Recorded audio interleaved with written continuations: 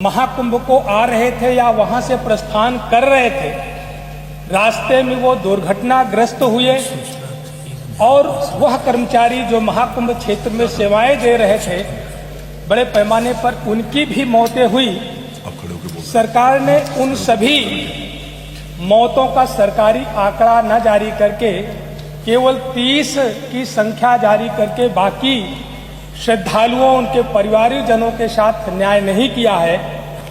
महोदय, इस बात को लेकर के पूरे देश में आक्रोश है। मैं महाकुंभ के बारे में, महोदय, पूरा सदन जानता है कि ये सदियों से इसका आयोजन होता रहा है। इसके दृष्टांत वैदिक, पौराणिक, ऐतिहासिक रहे हैं। ऐतिहासिक रूप से गुप्त वंश में, मौर्य वंश में, सम्राट हर्षवर्धन के कालखंड में इसकी भव्य दिव्यता के साथ धार्मिक आयोजन के दृष्टांत हमें मिलते हैं। महोदय, हम सभी जानते हैं कि महाकुंभ का आयोजन भारतीय सभ्यता, संस्कृति, सामाजिक समरसता, सर्वधर्म संभाव, पौराणिक और वैदिक परंपरा, भारतीय अध्यात्म की गौरव गाथा, धार्मिक आस्था पूरी दुनिया के लिए एक अनूठी मिसाल है, एक अद्वितीय मिसाल है।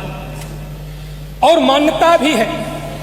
मान्यता यह है कि महाकुंभ एक ऐसी तपोयज्ञ भूमि है जहां पर जाने वाला व्यक्ति काम, क्रोध, लोभ, मोह, छल, दंभ, चोरी, ईर्ष्या, अहंकार, छुआछूत, भेदभाव जैसे मानसिक पापों की आहुति जब देता है तो उसे पुण्य फल प्राप्त होता है। लेकिन मान्यवर, हुआ क्या?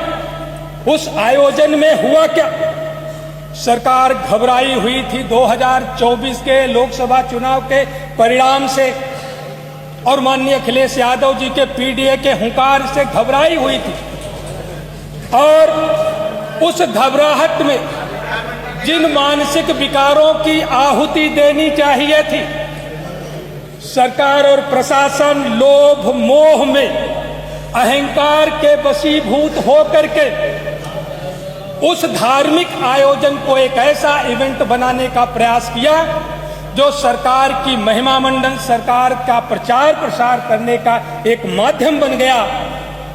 और वहां पर तैनात जो जिम्मेदार अधिकारी थे वो तुष्टीकरण की इस हालात में चले गए कि उन्होंने वीवीआईपी कल्चर को बढ़ावा देने का काम किया, वीवीआईपी की आवाभगत करने में अपना पूरा समय बर्बाद करने का काम किया, जिसका परिणाम कुप्रबंधन रहा।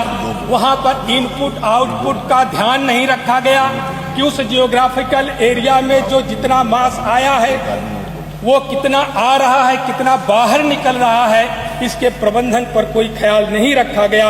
और लिहाजा जो भगदड़ हुई, सरकार ने कहा था कि हमने कई हजार ड्रोन कैमरे लगाए, कई हजार सीसीटीवी कैमरे लगाए हैं। संगम के नोच पर जो घटना हुई, अधिकारियों ने उसको स्वीकार किया, लेकिन अभी तक एक भी वीडियो फुटेज उसका जारी नहीं किया, सार्वजनिक नहीं किया। जो झूसी के क्षेत्र में हुई, जो प्लांटून पुल टूटा, जो वहां पर घटना हुई, उसको भी स्वीकार करने का काम नहीं किया। यहां तक कि लगातार वहां के पूज्य संतों को भी ये गुमराह करने का प्रयास किया गया कि लोग अफवाहों पर ना ध्यान दें, शाही स्नान करें। कोई ऐसी घटना नहीं हुई है। जब पूज्य संतों ने शाही स्नान कर लिया और घटना के 19 घंटे के बाद जब अधिकृत रूप से यह घोषणा हुई कि 30 श्रद्धालुओं की मौत हुई है, तो संत भी सन्न रह गए। उनको भी प्रायश्चित करने का अवसर नहीं मिला। उन्होंने साफ साफ कहा कि अगर हमें पहले बता दिया गया होता तो कम से कम हम उनकी आत्मा की शांति के लिए व्रत उपवास रख करके हम गंगा स्नान करने का काम करते। यह पाप किया गया। मानवर, बहुत जल्द मैं अपनी बात को समय सीमा के भीतर रह करके खत्म करूंगा। तुष्टीकरण के हालात तो ये हो गए कि जिम्मेदार अधिकारियों के द्वारा ऐसी ऐसी बातें कही गई। एक धर्म विशेष के समुदाय को टारगेट करके कहा गया कि इनको यहाँ पर आना वर्जित है। मानवर, हम सब लोग जानते हैं कि हमारे भारत की सभ्यता और संस्कृति आध्यात्मिक विरासत जो हमें मिली है, इसकी पहचान पूरी दुनिया में जो जिस बात पर बनी है, आप सबको ध्यान होगा कि स्वामी विवेकानंद जी जब 18 सितंबर 1893 को अमेरिका के शिकागो की धरती पर जब गए थे और जब वहां पर विश्व धर्म सम्मेलन हुआ था, तो उन्होंने पहली बात कहा था कि भाइयों और बहनों, मुझे गर्व है कि मैं ऐसे देश से हूं जिस देश ने दुनिया के सारे धर्मों को शरण देने का काम किया है। मुझे गर्व है कि मैं ऐसे धर्म से हूं जिसने पूरी दुनिया को सहिष्णुता और सार्वभौमिक स्वीकारता का पाठ पढ़ाने का काम किया है, और इस बात को लेकर के पूरी दुनिया से समर्थन मिला।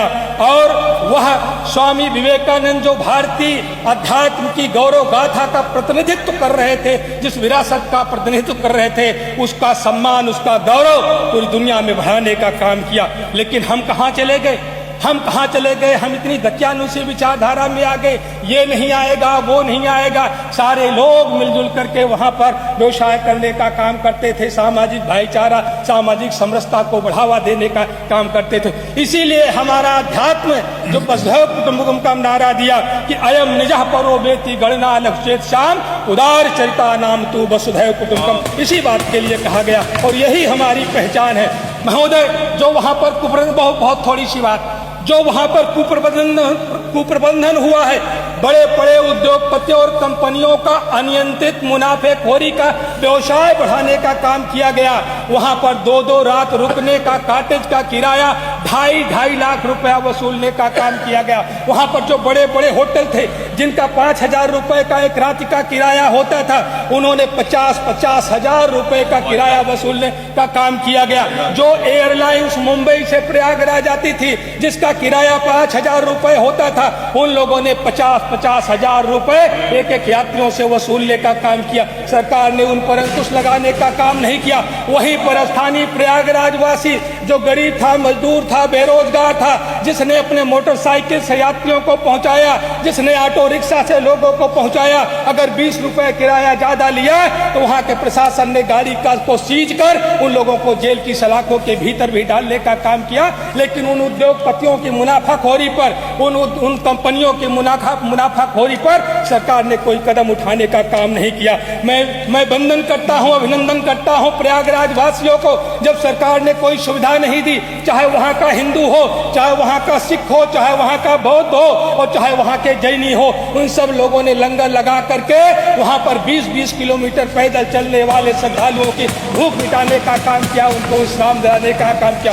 और वहीं पर मुसलमान भाइयों के प्रति आभार प्रकट करता हूं, जिन्होंने अपने मंदिर, अपने मस्जिद के दरवाजे खोले, इमाम बाड़ों के दरवाजे खोले, अपने घरों में विश्राम कराया, उनके भोजन पानी की व्यवस्था देने का काम किया। और मैं आपके माध्यम से सरकार से एक मांग मैं करता हूं कि ऐसे सभी श्रद्धालु, हमारे पास सरकारी वीडियो फुटेज हैं, उनको सार्वजनिक करके एक पोर्टल बना करके पूरे देश में ये सूचना जाए कि जो श्रद्धालु यहाँ पर आए थे अभी तक लापता हैं, या जो श्रद्धालु नहीं पहुंचे, हो सकता है उनकी मौत हो गई हो, उनका सही आंकड़ा निकालने के लिए सार्वजनिक पोर्टल पर वह स्वतः अपनी गुमशुदगी को दर्ज कराए और सरकार उनका परीक्षण करा करके उनको मृतकों की सूची में लाने का काम करे। अगर उनका डेथ सर्टिफिकेट नहीं मिलेगा, अगर उनका मृत्यु प्रमाण पत्र नहीं मिलेगा, तो उनकी संपत्तियों में तरह तरह का विवाद होगा, उनके परिवारीजनों को न जाने कितने संकटों का सामना करना पड़ेगा। धन्यवाद। आपके माध्यम से मैं केवल एक अपील में करना